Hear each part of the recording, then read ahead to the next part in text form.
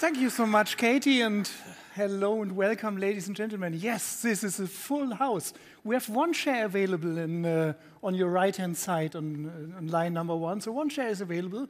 Otherwise, it's crowded. And maybe some of you has joined our Future Tech session 1 year ago. Same picture for me. The house was absolutely full. Everyone was excited to learn how GenAI can maybe change the travel industry or even not. But of course, things have changed. 1 year ago, you might remember, ChatGPT has been a 3-month-old baby. Of course, this baby was already acting like a teenager, never had done a long-distance trip, never had made any flex on the personal travel roadmap, but really ready for travel. And now GenAI is on its way. It's here, it's everywhere at ITB. So we will see plenty of use cases, plenty of business ideas, and we have a known artificial intelligence track tomorrow afternoon at our e-travel stage, so welcome there. We have another company called Microsoft there, so it can be interesting as well maybe. But today, we talk about Google. And Google, of course, is one of the key drivers in GenAI, and I think every one of us is excited what we will hear, what happens next, how GenAI is changing the digital world and how GenAI is changing travel. From future tech to daily business, I'm happy to introduce Dr. Stefan Ebener, the head of customer engineering of Google. Stefan, the stage is yours.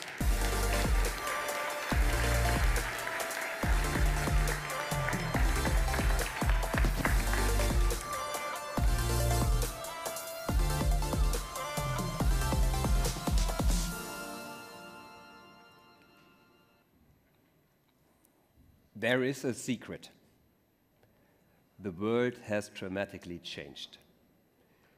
And it has changed for the whole travel industry. It has changed for travel agencies, for hotels, for airlines, for destination management companies, and also for us. For us as consumers, but also for us as a society. Because first time in history, we can use large models and take them and let them answer everything that we want to ask them, or even complete repetitive tasks. And this has changed everything. And generative AI is not merely a technological enhancement. It's a catalyst. It's a catalyst for a paradigm shift. And it's also a gateway towards a world that wants to be conquered and that wants to be traveled. So with enhanced personalization and also with the way how we deal with the offers of different parties in that system. So my name is Stefan Ebener. I'm leading an international team of experts, and we are here to help you take advantage of AI. And in the next 28 minutes, I want to give you an idea of how we deal with hyper-personalization with generative AI. I will also give you some demonstrations of how you can use it, or how everyone can use it, and then also talk a bit about our customers who already actively used it. So how does that sound for you? Excellent. Okay, let's get started.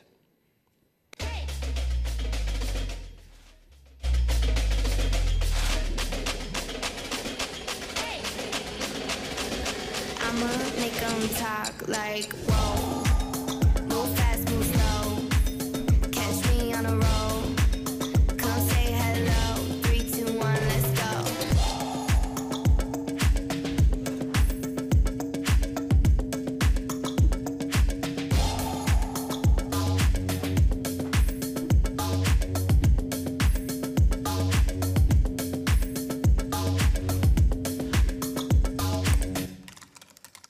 Yes, yes, yes.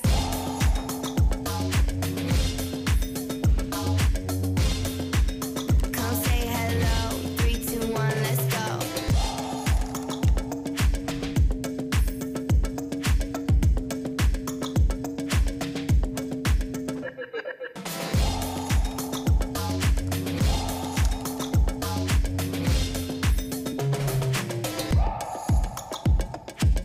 You got this. Let's go. Is a hot dog a sandwich? And the answer is Yes. no. Yes. No. Make 'em talk like whoa, whoa, whoa, whoa. I'ma make 'em talk like. I'ma make 'em talk like whoa. So what you have seen is the new Google search that will be deployed over the next couple of weeks and months globally. And it will change the way how we deal with information and how you can assess information.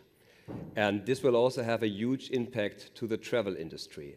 And why, I will tell you over the next couple of minutes. So one of the top priorities that remains is travel.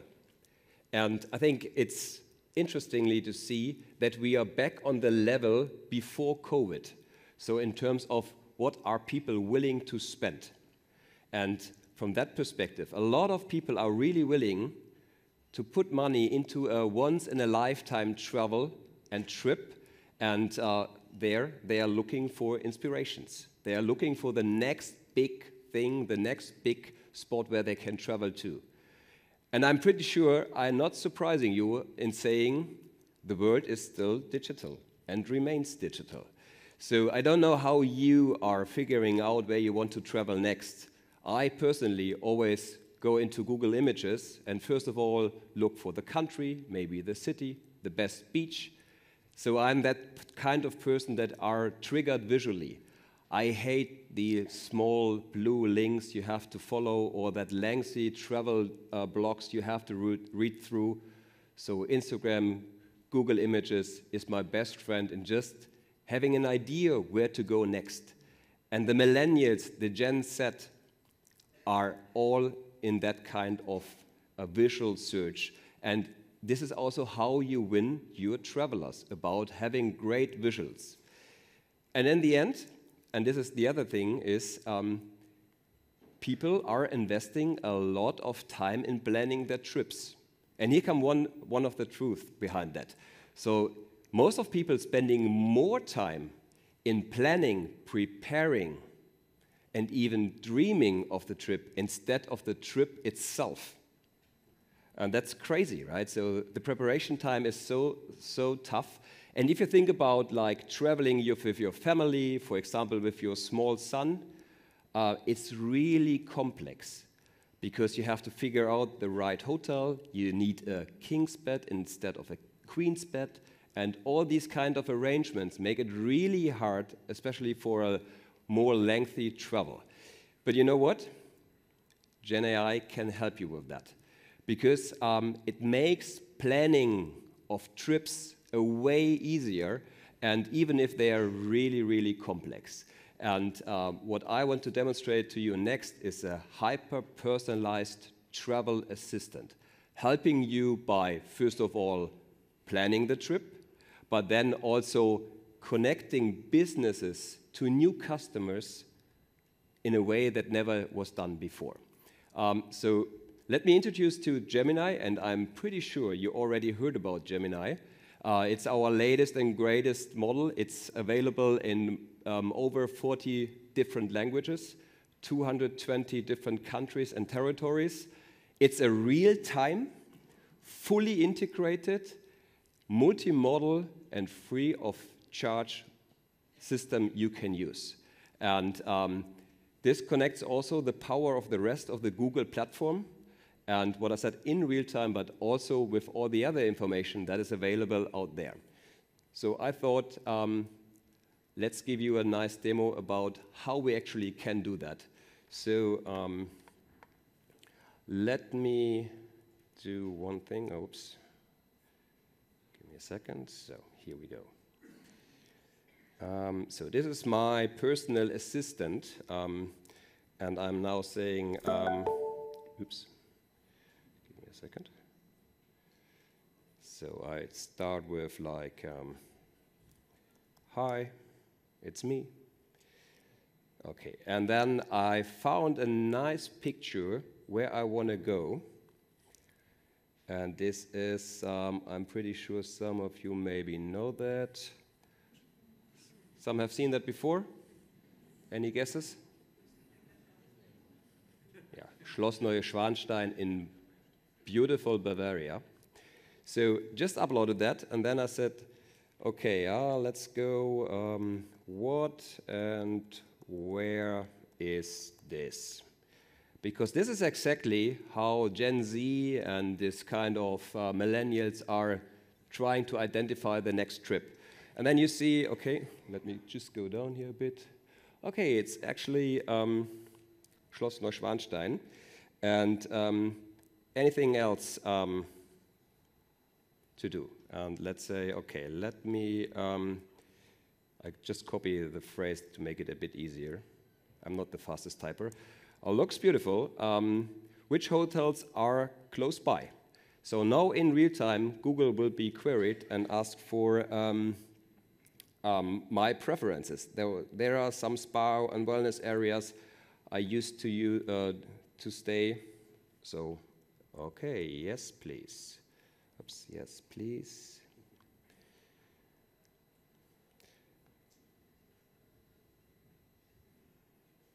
Okay. So there are the hotels closest by Neuschwanstein, and I'm a big fan of the Hotel Amaron. So asking for that. And how many rooms do I need? I only need one. As I said, my son is 4 years old. He always sleeps between my wife and myself. Okay, what are the travel dates? Easy. It's end of March. And then you see, okay, can you confirm? Yes, I can confirm that I want to travel there, and the dates are correct. And then he's also taking my personal ID for not the passport ID, the travel ID, so the companion mode. I said, okay, that's great. Okay, so should be booked now in a minute. Okay, okay. So reservation is there, and is there anything else you want to know? Let's say yes. There's anything, because on my way to Schloss Neuschwanstein, I had an accident with my, let's take it here, with my car. And it's just a minor bump, right? So I scratched another car, nothing. Nobody was injured, so you see quality is also not very good. So what I do now, I just upload that video and ask the system for one of the famous questions we all have, is that covered with my car insurance of the rental company? So what he actually now does is querying all the T&Cs of that company, and then you see, okay, yeah, it's actually covered, and I can also go on the source and check out if this was really true, if I am not trusting in the system. So the power of multimodality means whatever kind of source you have, like pictures or even videos, you can use and interact with a system and help you by just doing these kind of bookings. And let me go back here. And actually the cool, oops, so, sorry. This should not happen. And the cool thing behind that is actually that even one of our customers already tried that for us and said it's a pretty cool system. And Saber was one of these customers, and he will be also next on stage, Gary. See him in a couple of minutes. And they already tested this and thought it's a wonderful idea of having the next generation of travel in a system. So what I said earlier and what you have seen in the system is one important thing.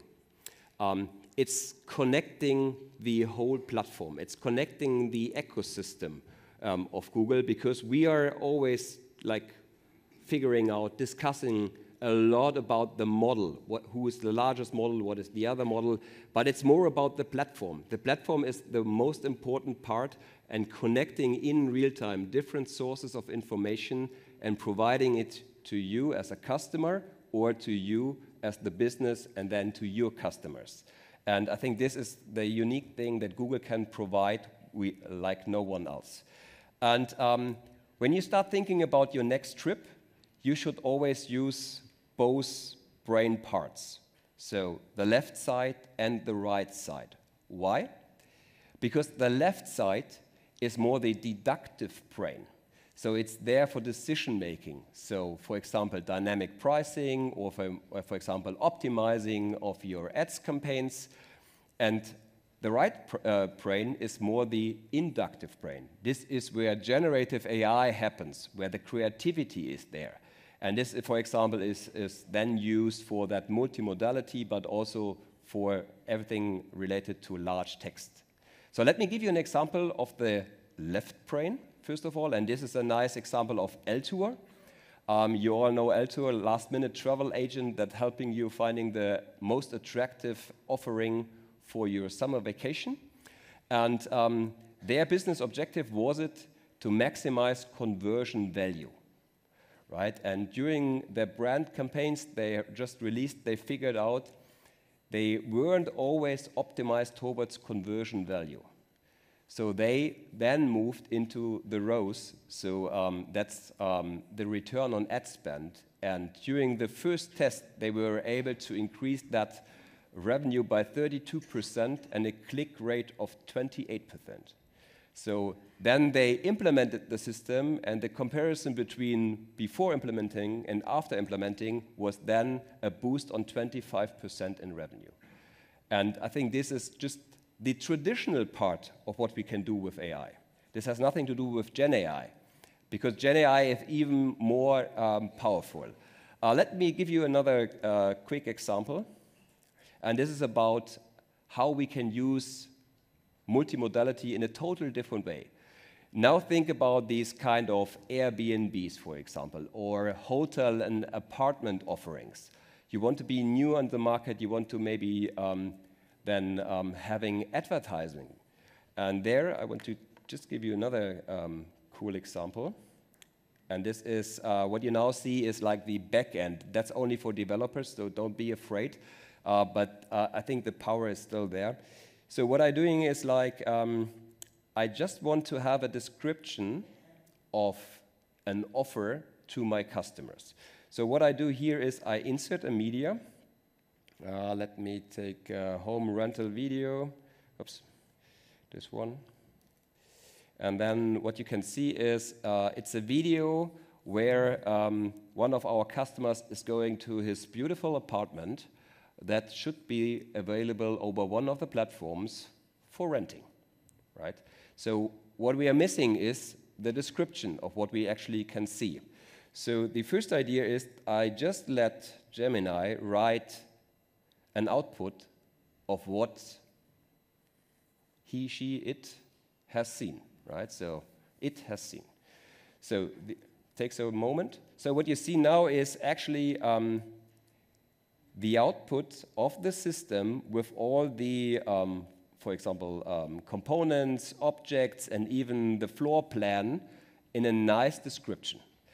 But maybe you are more like that luxury segment, and then you don't want to have that bullet points in the end or down there because it's not that kind of super luxury part. So you want to really customize it towards your speech, how you treat your customers. So what we then usually do is a pretty easy thing. We go on language and now can fine-tune a model that is provided from Google with your individual data, with your way how you treat your customers. And normally that takes a moment. That's why I already have trained it here. And if I go back and do the same again, enter the video here, it was that. So just proving it's the same video, it is. And now I'm choosing here the fine-tuned model. And now we should get an output that is exactly for your customer segment. And you see it's more now a written part. It's still with the floor plan, but it's now more the luxury segment. And then you can just specify whatever group of interests or group of customers you have. Okay. Let me move on. Okay.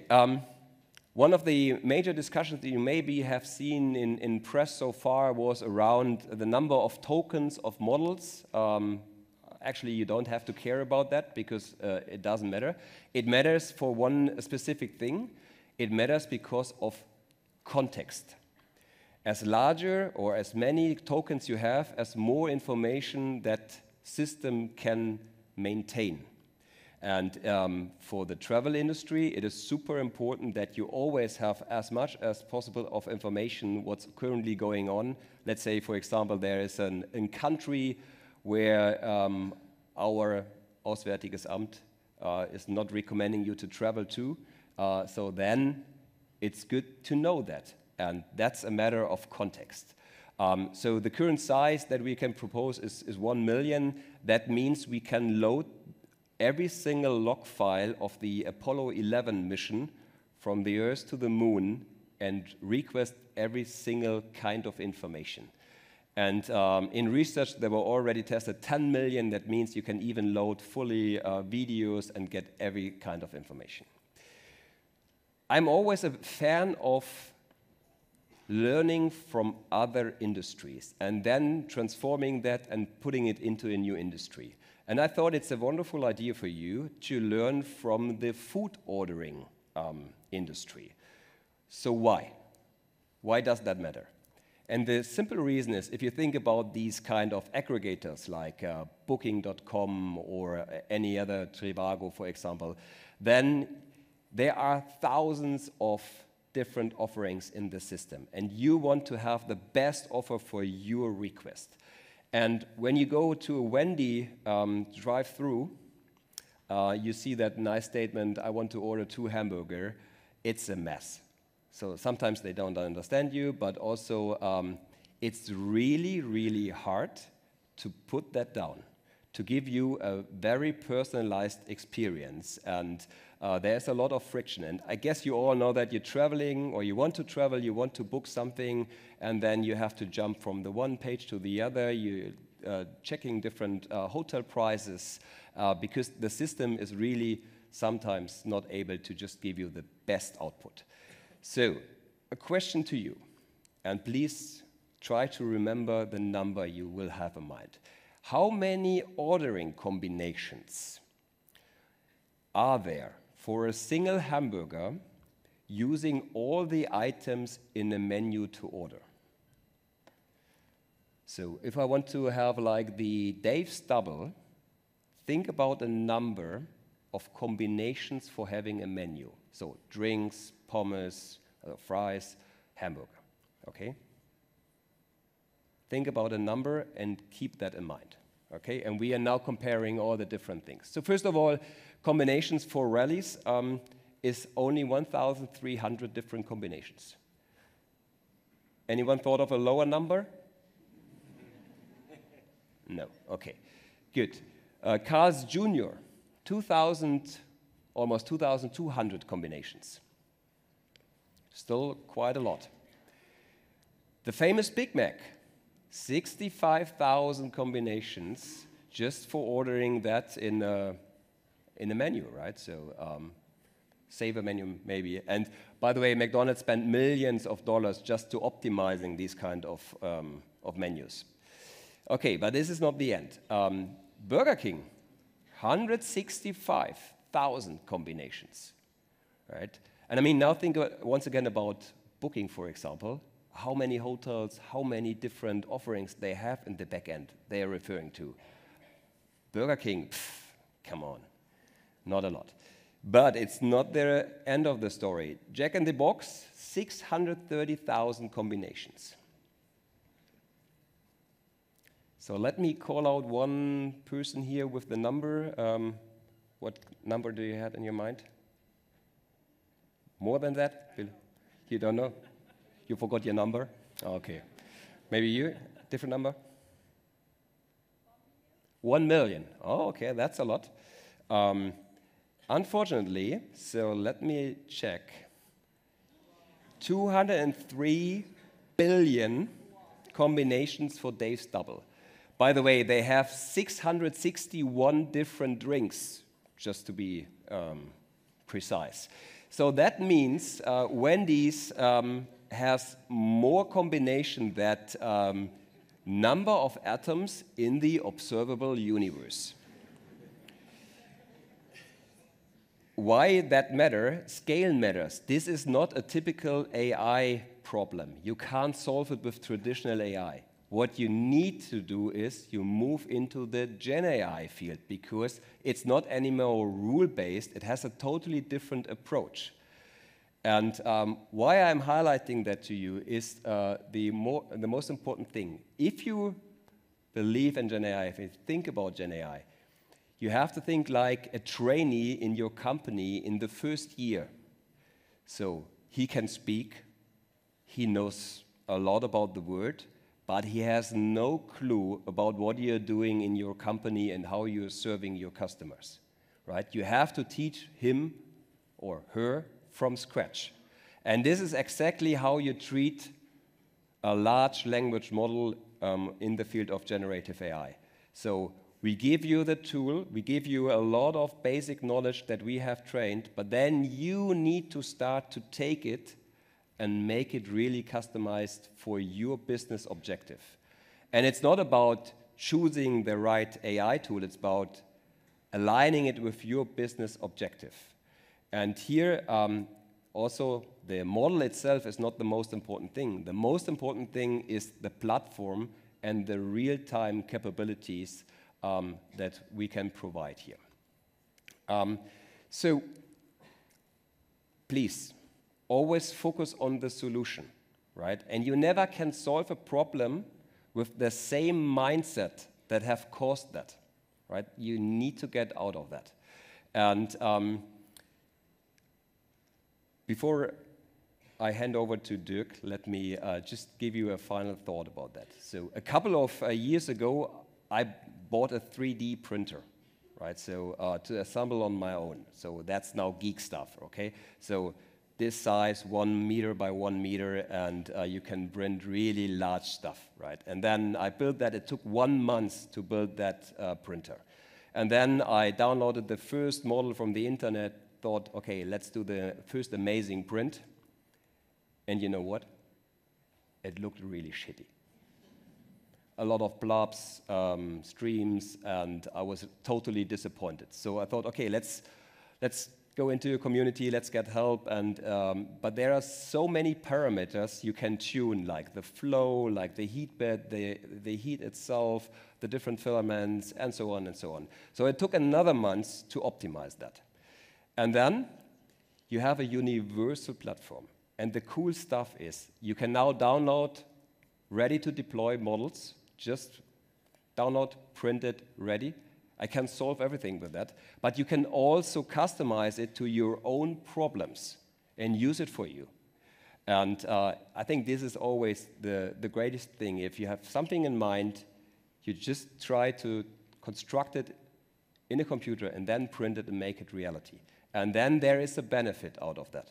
And this has nothing to do with technology. It's more about the universal platform. And once again, highlighting Sabre, because we have a very strong partnership with them, and they are trusting in us. And I think trusting or getting the trust of a customer and saying partnering to make travel smarter and faster is the biggest compliment we can get from these kind of customers. And with that, handing over to Dirk.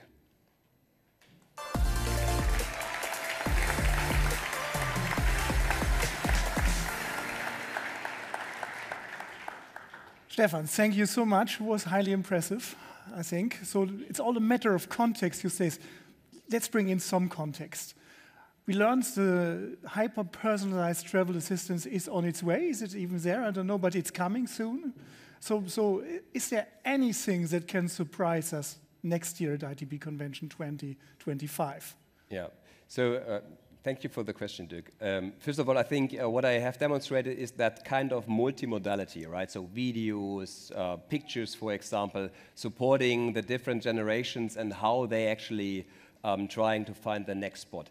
However, I think for the next year, what we really will see is the whole shift into conversational search, for example, so really with natural speech, but also how we interact with systems, right? So describing what we really want to have for our next trip, for example, maybe the luxury hotel with a nice bar close to a beach, and then it will be translated for us in a really hyper-personalized offering. So conversational will be the next thing. Okay, so we keep that in mind. Stefan Ebener, Head of Customer Engineering of Google, thank you so much. Thank you.